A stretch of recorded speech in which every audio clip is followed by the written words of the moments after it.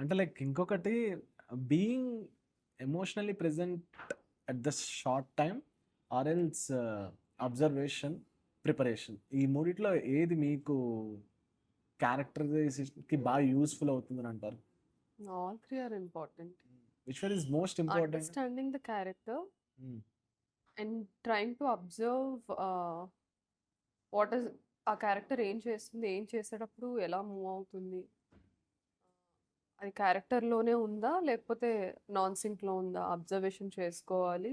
And being emotionally present. ఒకసారి ఏమవుతుందంటే intense scenes are dialogues ముందుగానే రిహర్స్ చేయడము లేకపోతే పదే పదే చదవడము అవుతుంది.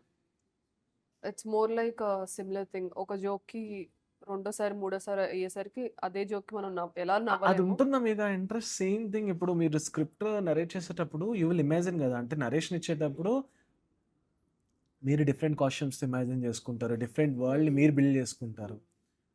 ఆ ఎగ్జైట్మెంట్తో మీరు ఓకే చెప్పేటప్పుడు మీ ఇమాజినేషన్ ఎవరు మ్యాచ్ చేయలేరు, ఏ డైరెక్టర్ మ్యాచ్ చేయలేరు. వాళ్ళ ఇమాజినేషనే మీకు పోర్ట్రే అవుతుంది కదా. How do you match it? అంటే ఆ యాక్టింగ్ కానీ ఆ వరల్డ్ బిల్డింగ్ కానీ మీరు యాక్సెప్ట్ చేయగలగలరా? అంటే అంటే వచ్చిన నెరేషన్ అవుట్పుట్కి. చేసినప్పుడే ఐ కీప్ ఆస్కింగ్ క్వశ్చన్స్. ఇది ఇలానే అనుకుంటున్నారా, నాకు ఇలా కనిపిస్తుంది, are we on the same page. అవునా? So okay. ఆ ఇంటరాక్షన్ చాలా ఇంపార్టెంట్ నరేషన్ అయిన తర్వాత discussion. After that as I said same జోక్కి పదోసారికి మనకి ఎలా బోర్ కొడుతుందో ఆ సీన్ని రిహర్స్ చేసినప్పుడు ఆర్ ఫీల్ అయినప్పుడు 10th టైంకి యూ డ్రెయిన్ అవుట్.